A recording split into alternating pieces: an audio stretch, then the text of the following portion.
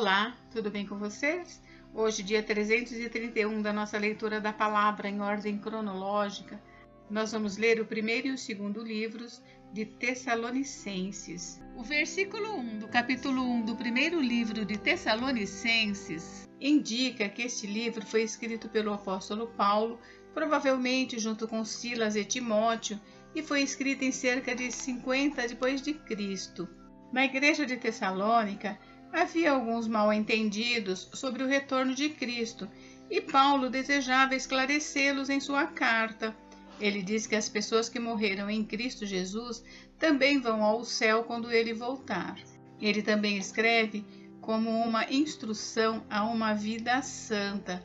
Paulo relembra os tessalonicenses de que a perseguição que estavam recebendo de seus concidadãos, os judeus que rejeitaram o Messias, é a mesma que os profetas do Antigo Testamento sofreram. Jesus advertiu que os verdadeiros profetas de Deus sempre receberiam a oposição dos injustos. Em Colossenses, Paulo recorda-lhes esta verdade. Este livro pode ser aplicado a muitas situações da vida. Ele nos dá a confiança de que, como cristãos, quer estejamos vivos ou mortos, quando Cristo voltar, estaremos junto com Ele. Assegura-nos também, como cristãos, que não receberemos a ira de Deus. Também fornece lições sobre como andar na vida cristã diariamente. Quanto ao segundo livro de Tessalonicenses, o versículo 1 do capítulo 1 indica que este livro foi escrito pelo apóstolo Paulo, provavelmente junto com Silas e Timóteo, entre 51 e 52 depois de Cristo. A igreja de Tessalônica ainda tinha alguns equívocos sobre o dia do Senhor. Eles achavam que já tinha acontecido, então pararam de trabalhar. Também estavam sendo gravemente perseguidos. Paulo escreveu para esclarecer os mal-entendidos e confortá-los, e os exorta e encoraja. Ele os elogia pelo que tem ouvido sobre o que estão fazendo no Senhor e ora por eles. No capítulo 2, Paulo explica o que acontecerá no dia do Senhor. Então os encoraja a permanecerem firmes e a manterem distância dos homens ociosos que não vivem pelo Evangelho. Paulo se refere a várias passagens do Antigo Testamento em seu discurso sobre o fim dos tempos, assim confirmando e reconciliando os profetas do Antigo Testamento. Este livro está repleto de informações sobre o fim dos tempos. Grande parte de seu ensinamento sobre o fim dos tempos nessa carta é baseado no profeta Daniel e suas visões. Ele também nos exorta a não sermos ociosos e a trabalharmos pelo que temos, e algumas orações desse livro podem nos servir de exemplo sobre como orar pelos outros crentes de hoje. Vamos à leitura? 1 Tessalonicenses, capítulo 1. Prefácio e saudação. Paulo, Silvano e Timóteo, à igreja dos Tessalonicenses em Deus Pai e no Senhor Jesus Cristo, que a graça e a paz estejam com vocês. Ação de graças. Sempre damos graças a Deus por todos vocês, fazendo menção de vocês em nossas orações e sem cessar lembrando-nos diante do nosso Deus e Pai da operosidade da fé que vocês têm, da dedicação do amor de vocês e da firmeza da esperança que têm em nosso Senhor Jesus Cristo. Sabemos, irmãos amados por Deus, que Ele os escolheu, porque o nosso Evangelho não chegou a vocês somente em palavra, mas também em poder, no Espírito Santo e em plena convicção. E vocês sabem muito bem qual foi o nosso modo de agir entre vocês, para o próprio bem de vocês. E vocês se tornaram nossos imitadores e do Senhor, recebendo a palavra com a alegria que vem do Espírito Santo, apesar dos muitos sofrimentos. Assim, vocês se tornaram modelos para todos os crentes na Macedônia e na Acaia, porque a partir de vocês a palavra do Senhor repercutiu não só na Macedônia e na Acaia, mas a fé que vocês têm em Deus repercutiu em todos os lugares, a ponto de não termos necessidade de dizer mais nada a respeito disso. Porque no que se refere a nós, as pessoas desses lugares falam sobre como foi a nossa chegada no meio de vocês e como, deixando os ídolos, vocês se converteram a Deus para servir o Deus vivo e verdadeiro, e para aguardar dos céus o seu Filho, a quem ele ressuscitou dentre os mortos, a saber, Jesus, que nos livra da ira vindoura. Capítulo 2. O trabalho de Paulo em Tessalônica. Irmãos, vocês sabem muito bem que a nossa chegada no meio de vocês não foi em vão. Pelo contrário, apesar de maltratados e insultados em Filipos, como vocês sabem, tivemos ousada confiança em nosso Deus para anunciar a vocês o Evangelho de Deus em meio a muita luta, pois a nossa exortação não procede de erro ou de intenções impuras, nem se baseia no engano. Pelo contrário, visto que fomos aprovados por Deus a ponto de Ele nos confiar o Evangelho, assim falamos, não para agradar as pessoas, e sim para agradar a Deus, que prova o nosso coração. A verdade, como vocês sabem, é que nunca usamos de linguagem de bajulação, nem de pretextos gananciosos. Deus é testemunha disso. Também jamais andamos buscando elogios das pessoas, nem de vocês nem de outros. Embora, como apóstolos de Cristo, pudéssemos ter feito exigências, preferimos ser carinhosos quando estivemos aí com vocês, assim como uma mãe que acaricia os próprios filhos. Assim, com muito afeto, estávamos prontos a lhes oferecer não somente o Evangelho de Deus, mas até mesmo a própria vida, porque vocês se tornaram muito amados por nós, pois vocês com certeza se lembram do nosso esforço e fadiga e de como, trabalhando de noite e de dia para não vivermos à custa de nenhum de vocês, proclamamos a vocês o Evangelho de Deus. Vocês e Deus são testemunhas de como nos portamos de maneira piedosa, justa e irrepreensível em relação a vocês, os que creem. E vocês sabem muito bem que tratamos cada um de vocês como um pai trata os seus filhos, exortando, consolando e admoestando vocês a viverem de uma maneira digna de Deus, que os chama para o seu reino e a sua glória. Perseguição por causa do Evangelho. Temos mais uma razão para incessantemente dar graças a Deus, é que ao receberem a palavra que de nós ouviram, que é de Deus, vocês a acolheram não como palavra humana, e sim como em verdade é a palavra de Deus, a qual está atuando eficazmente em vocês, os que creem. Tanto é assim, irmãos, que vocês se tornaram imitadores das igrejas de Deus que se encontram na Judéia e que estão em Cristo Jesus, porque também vocês sofreram, da parte de seus patrícios, as mesmas coisas que eles, por sua vez, sofreram dos judeus, os quais não somente mataram o Senhor Jesus e os profetas, como também nos perseguiram, não agradam a Deus e são adversários de todos, a ponto de nos impedirem de falar aos gentios, para que estes sejam salvos, a fim de encherem sempre a medida de seus pecados. A ira, porém, caiu sobre eles definitivamente. O interesse de Paulo pelos Tessalonicenses. E nós, irmãos, estando separados de vocês por breve tempo, ficando longe dos olhos, mas perto do coração, com muito mais empenho e com grande desejo, procuramos ir vê-los pessoalmente. Por isso quisemos ir até vocês, pelo menos eu, Paulo, por mais de uma vez, porém Satanás nos barrou o caminho. Pois quem é a nossa esperança, ou alegria, ou a coroa em que nos gloriamos na presença de nosso Senhor Jesus em sua vinda? Não é verdade que são vocês? Sim, vocês são realmente a nossa glória e a nossa alegria. Capítulo 3. As boas notícias trazidas por Timóteo. Por isso, não podendo esperar mais, achamos por bem ficar sozinhos em Atenas e enviar o nosso irmão Timóteo, ministro de Deus no Evangelho de Cristo, para fortalecer e animá-los na fé, a fim de que ninguém se inquiete com essas tribulações, porque vocês mesmos sabem que fomos designados para isso. Pois quando ainda estávamos com vocês, predissemos que íamos passar por aflições, o que de fato aconteceu, e é do conhecimento de vocês. Foi por isso que, já não me sendo possível continuar esperando, mandei perguntar a respeito da fé que vocês têm, temendo que vocês fossem provados pelo tentador e o nosso trabalho se tornasse inútil.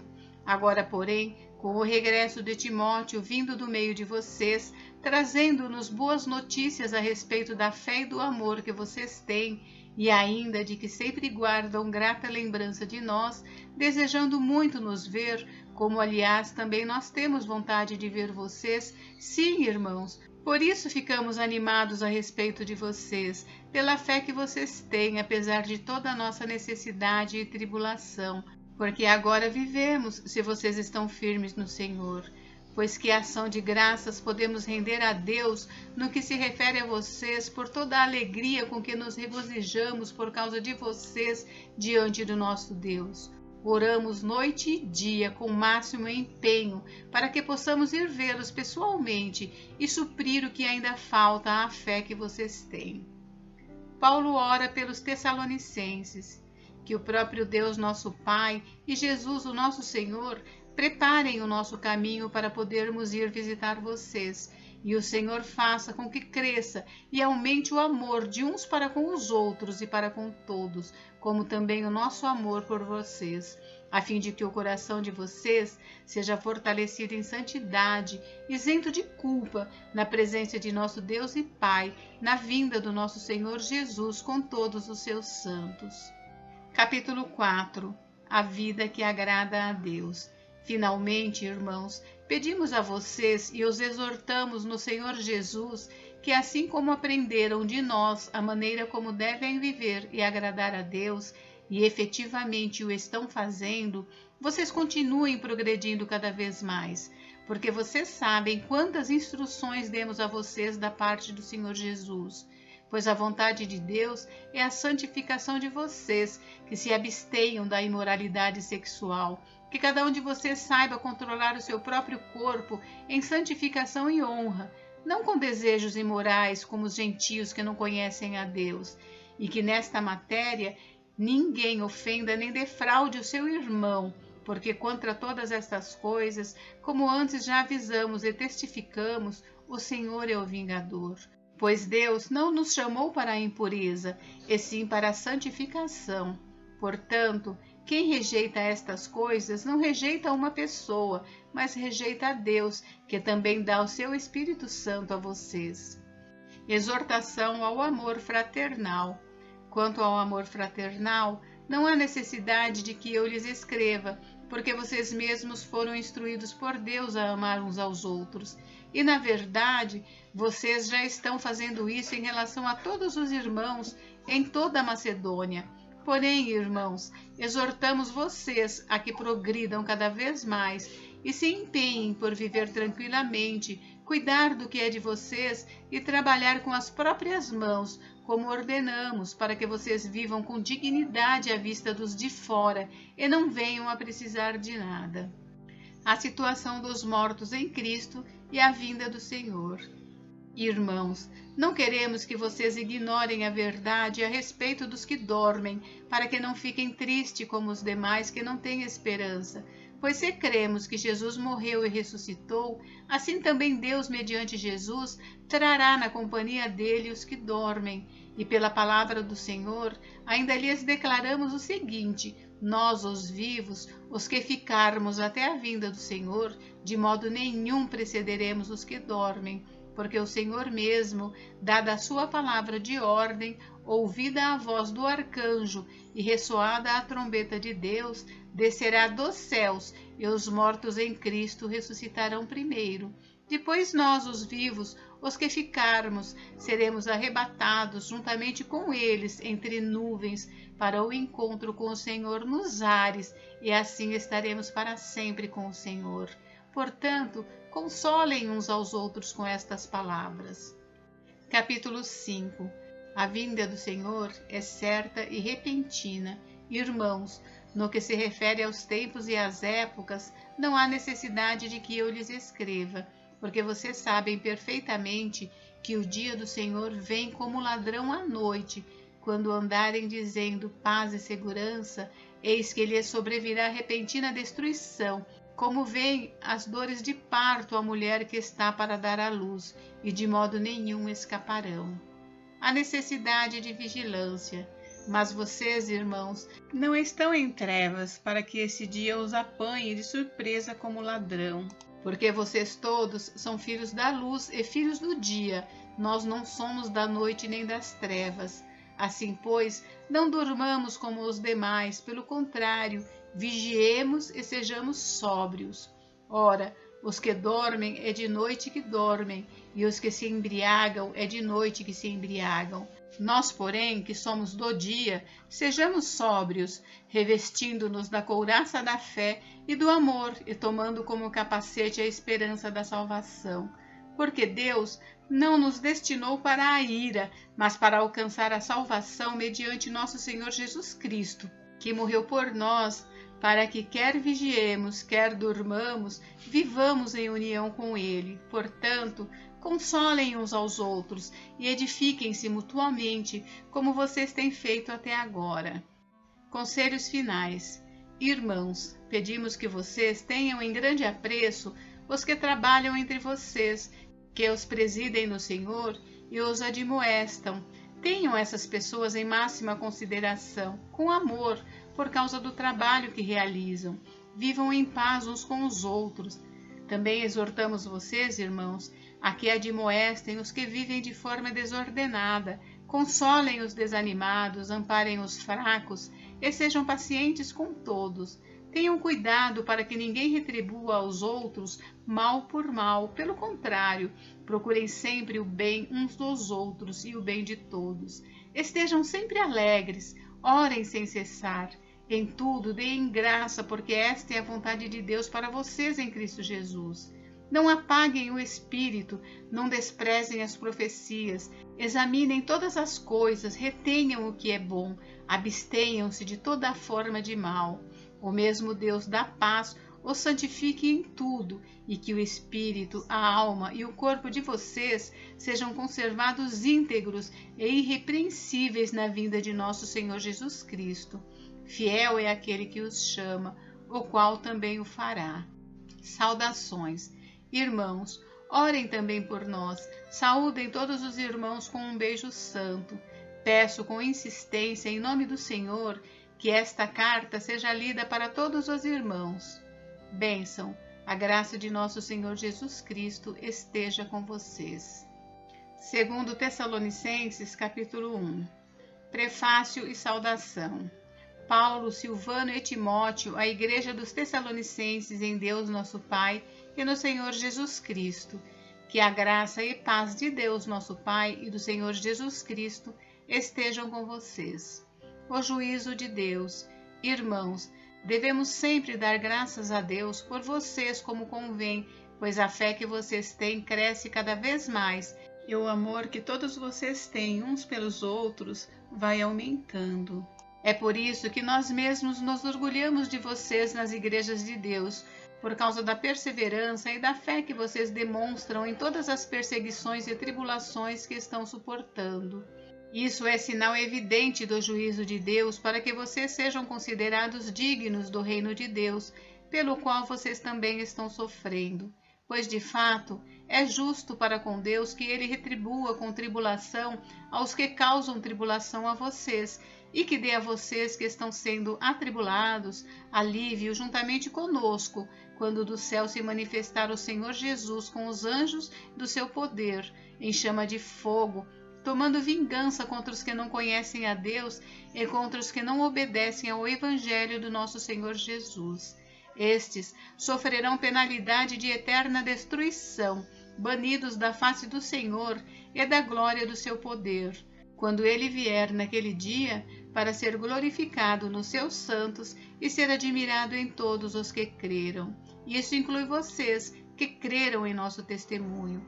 Por isso, também não cessamos de orar por vocês, pedindo que o nosso Deus os torne dignos da sua vocação e cumpra com poder todo o propósito de bondade e obra de fé, a fim de que o nome do nosso Senhor Jesus seja glorificado em vocês e vocês sejam glorificados nele, segundo a graça do nosso Deus e do Senhor Jesus Cristo.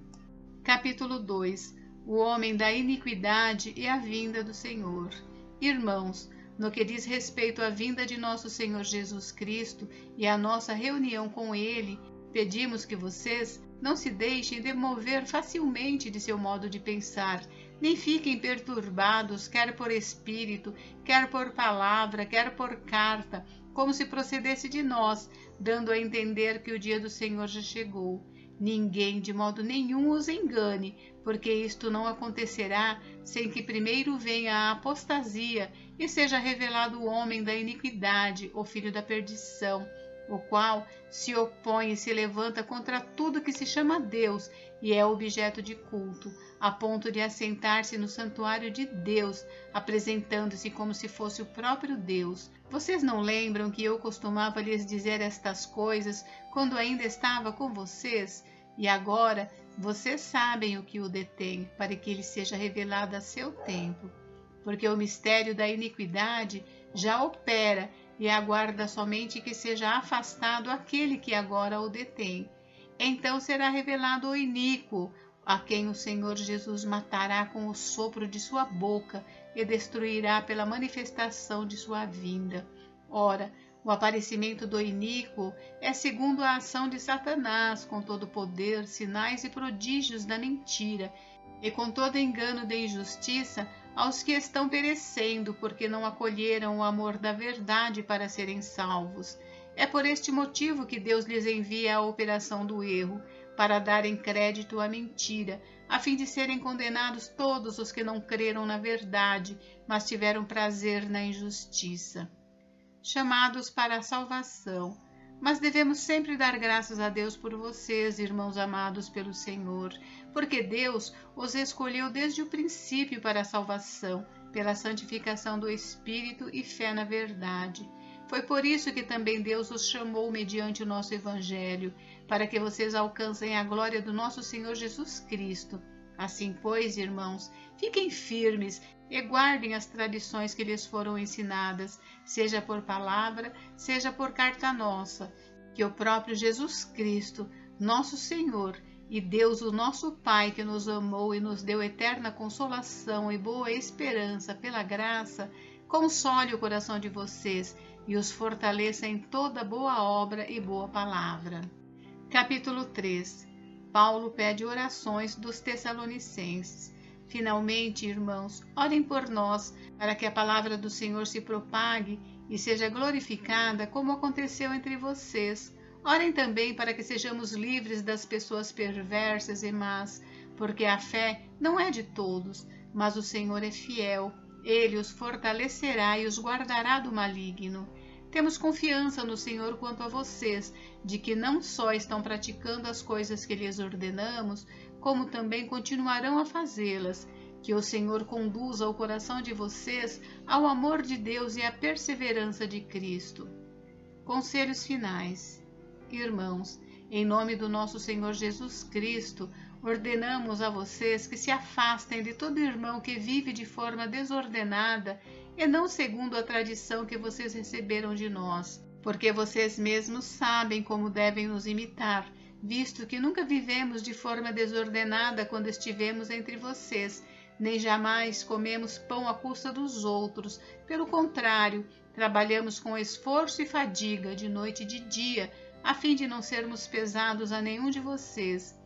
Não que não tivéssemos o direito de receber algo, mas porque tínhamos em vista apresentar a nós mesmos como exemplo para que vocês nos imitassem.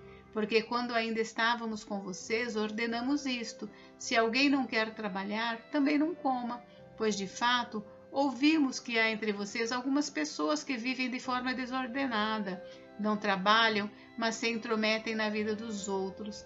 A essas pessoas determinamos e exortamos no Senhor Jesus Cristo que, trabalhando tranquilamente, comam o seu próprio pão. Quanto a vocês, irmãos, não se cansem de fazer o bem.